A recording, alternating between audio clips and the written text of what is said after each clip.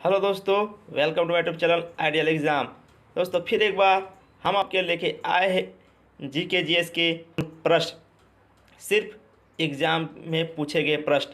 तो तैयार हो जाइए। ये लीजिए पहला प्रश्न में पूछा गया है कि डेनियल मुक्वे और नादिया मुराद ने किस क्षेत्र में नोबेल पुरस्कार 2018 जीता है। 2018 में नोबेल पुरस्कार जीता है, वो पूछा गया है प्रश्न में।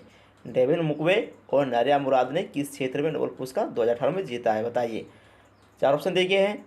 ऑप्शन 1 लिखा है सेहत के क्षेत्र में, ऑप्शन 2 भौतिक के क्षेत्र में, ऑप्शन 3 रसायन विज्ञान के क्षेत्र में, ये ऑप्शन 4 शांति के क्षेत्र में। बताइए इसका सही उत्तर क्या हो जाएगा। डेविड मुक्वे और नादिया मुराद को किस क्षेत्र में नोबेल पुरस्कार 2018 में मिला था, बताइए दोस्तों, सही उत्तर बताइए। तो दोस्तों इसका सही उत्तर हो जाएगा नंबर 4 शांति के क्षेत्र में डेविड मुक्वे और नादिया मुराद को नोबेल पुरस्कार 2018 में मिला था। शांति के क्षेत्र में इसका सही उत्तर नंबर 4 होगा। तो चलते अगले प्रश्न की ओर। ये लीजिए अगला प्रश्न। ये लीजिए अगला प्रश्न में पूछा गया है कि चौहान के 14वें नटरी के बीच में तोमर राजपूतों को हराया गया। क्या पूछा गया है प्रश्न में, दोहराते हैं कि चौहान के 14वें नटरी के बीच में तोमर राजपूतों को हराया गया।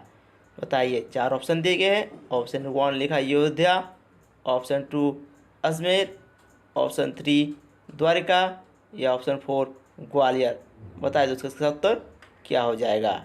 इसका सही उत्तर हो जाएगा नंबर 2 अजमेर। चौहान के 14वीं नटकरी के बीच तोमर राजपूतों को हराया गया था, तो वो अजमेर के थे। तो इसका राइट आंसर हो जाएगा नंबर 2 अजमेर। चलते अगले प्रश्न की ओर। ये लीजिए अगला प्रश्न। ये लीजिए अगला प्रश्न में पूछा गया है कि उड़ीसा में लोहे के अयस्कों में स्थित है। क्या पूछा गया है कि उड़ीसा में लोहे के अयस्कों में स्थित है। कहाँ पर लोहे के अयस्क स्थित, वो पूछा गया है। ऑप्शन 1 लिखा है दोस्तों, चार ऑप्शन दिए गए हैं। ऑप्शन 1 लिखा है मयूरभंज जिला, ऑप्शन 2 केंदुझार जिला, ऑप्शन 3 दोनों ए और बी, ए 1 और 2 दोनों हैं, या ऑप्शन 4 कोटापुल। बताइए इसका सही उत्तर क्या हो जाएगा। उड़ीसा में लोहे का अयस्क कहाँ स्थित है, इसका सही उत्तर बताइए। तो इसका सही उत्तर हो जाएगा नंबर 3 दोनों जगह है। मयूरभंज जिला में भी है लोहे का अयस्क और केंदुआ के जिले में भी लोहे का अयस्क स्थित है। तो चलते अगले प्रश्न की ओर। ये लीजिए अगला प्रश्न। ये लीजिए अगला प्रश्न बहुत महत्वपूर्ण है दोस्तों। ये लीजिए लिखा हुआ है कि एक बाहरी वेश्या। क्या पूछा गया है कि एक बाहरी वेश्या को सेल्फ कहा जाता है। क्या पूछा गया कि एक बाहरी वेश्या को सेल्फ कहा जाता है। बताइए। चार ऑप्शन दिए गए हैं। ऑप्शन 1 लिखा है केलेस कहा जाता है, या ऑप्शन 2 कोरेला, या ऑप्शन 3 एड्रोकियम, या ऑप्शन 4 डायनेसियम। बताइए इसका सही उत्तर क्या हो जाएगा। एक बाहरी वेश्या को सेल्फ कहा जाता है किस भाषा में। तो इसका सही उत्तर हो जाएगा दोस्तों नंबर 1 केलक्स। बाहरी भाषा में क्या कहा जाता है न, केलक्स कहा जाता है बाहरी वेश्या को। इसका सही उत्तर हो जाएगा नंबर 1। तो चलते अगले प्रश्न की ओर। ये लीजिए अगला प्रश्न। ये लीजिए दोस्तों अगला प्रश्न पूछा गया है कि केन बेतवा लिंक नहर किस राष्ट्र उद्यान से होकर गुजरती है। क्या पूछा गया है प्रश्न में कि केन बेतवा लिंक नहर किस राष्ट्र उद्यान से होकर गुजरती है, प्रश्न पूछा गया है। उत्तर देने के लिए चार ऑप्शन दिए गए हैं। ऑप्शन 1 लिखा है बाघवगढ़ बांधगढ़, क्या लिखा है बाघवगढ़ राष्ट्र उद्यान, ऑप्शन 2 कान्हा राष्ट्र उद्यान, ऑप्शन 3 पनाना राष्ट्र उद्यान, ऑप्शन 4 पेंच राष्ट्र उद्यान। बताइए इसका सही उत्तर क्या हो जाएगा। केना बेतवा लिंक नहर किस राष्ट्र उद्यान से होकर गुजरती है, इसका सही उत्तर बताइए। तो इसका सही उत्तर हो जाएगा नंबर 3 पराना राष्ट्र उद्यान। केन बेतवा लिंक किस नहर से होकर गुजरती है न, पराना राष्ट्र उद्यान से होकर गुजरती है। तो इसका राइट आंसर हो जाएगा नंबर 3 पराना राष्ट्र उद्यान। तो चलते अगले प्रश्न की ओर। ये लीजिए अगला प्रश्न।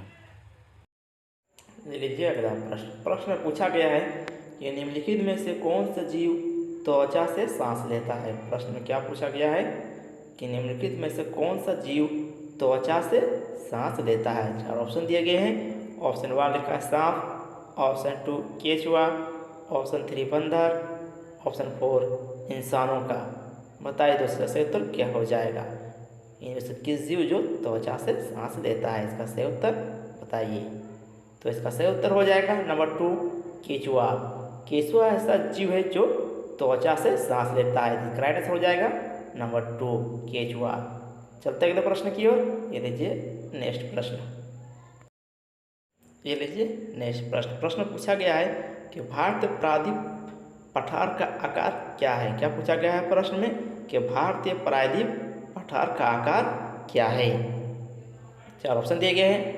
ऑप्शन 1 लिखा है परिपथ, ऑप्शन 2 चतुर्कोणीय, ऑप्शन 3 त्रिकोणीय, ऑप्शन 4 कोई विकल्प सही नहीं है इनमें से। बताइए दोस्तों इसका उत्तर क्या हो जाएगा। भारतीय प्रायद्वीप पठार का आकार क्या है, इसका सही उत्तर बताइए।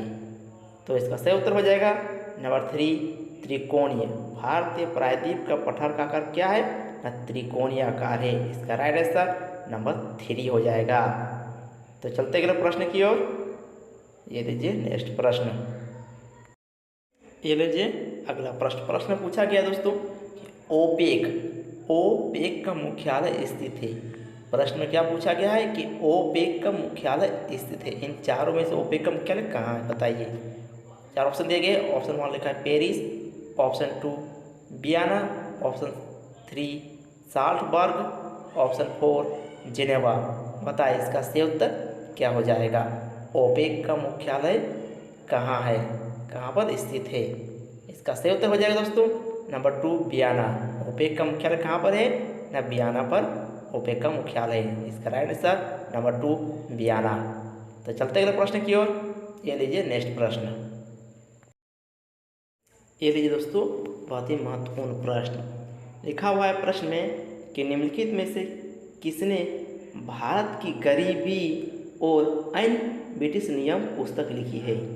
क्या पूछा गया प्रश्न में कि निम्नलिखित में से किसने भारत की गरीबी और अन्य ब्रिटिश नियम पुस्तक लिखी है। बताइए। 4 ऑप्शन दिए गए हैं। बहुत ही महत्वपूर्ण प्रश्न है। ऑप्शन 1 लिखा है बाल गंगाधर तिलक, ऑप्शन 2 गोपाल कृष्ण गोखले, ऑप्शन 3 दादा भाई नौरोजी, ऑप्शन 4 MG रानडे। बताइए दोस्तों इसका सही जवाब बताइए। बहुत ही महत्वपूर्ण प्रश्न है। निम्नलिखित में से किसने भारत की गरीबी और अन्य ब्रिटिश नियम पुस्तक लिखी है, इसका सही उत्तर बताइए। तो दोस्तों इसका सही उत्तर हो जाएगा नंबर 3 दादा भाई नौरोजी। दादा भाई नौरोजी के द्वारा भारत की गरीबी और अन्य ब्रिटिश नियम पुस्तक लिखी गई है, दादा भाई नौरोजी के द्वारा। तो इसका राइट आंसर हो जाएगा नंबर 3। तो चलते अगले प्रश्न की उससे पहले दोस्तों वीडियो को लाइक कर लिए, सब्सक्राइब करें। अगर आप नए हैं तो वीडियो को सब्सक्राइब करके बेल को दबा लें ताकि हम आपके लिए एक नए वीडियो आपके ला सकें। तो चलते अगले प्रश्न की ओर। ये लीजिए अगला प्रश्न। ये लीजिए दोस्तों आज का आखिरी प्रश्न पूछा गया है कि किस सत्र में सरोजिनी नायडू भारतीय राष्ट्रीय कांग्रेस की पहली महिला अध्यक्ष बनी। प्रश्न बहुत ही महत्वपूर्ण है। पूछा गया है, क्या पूछा गया है कि किस सत्र में सरोजिनी नायडू भारतीय राष्ट्रीय कांग्रेस की पहली महिला अध्यक्ष बनी। ऑप्शन दिए गए 4। ऑप्शन 1 लिखा है 1922 गया, option 2 1925 Kanpur, option 3 1928 Calcutta, option 4 1931 Karachi. दोस्तों इसका जवाब आप लोग कमेंट सेक्शन में दे सकते हैं। तो आज के लिए इतना ही। मिलते हैं एक नई वीडियो में। गुड बाय, जय हिंद।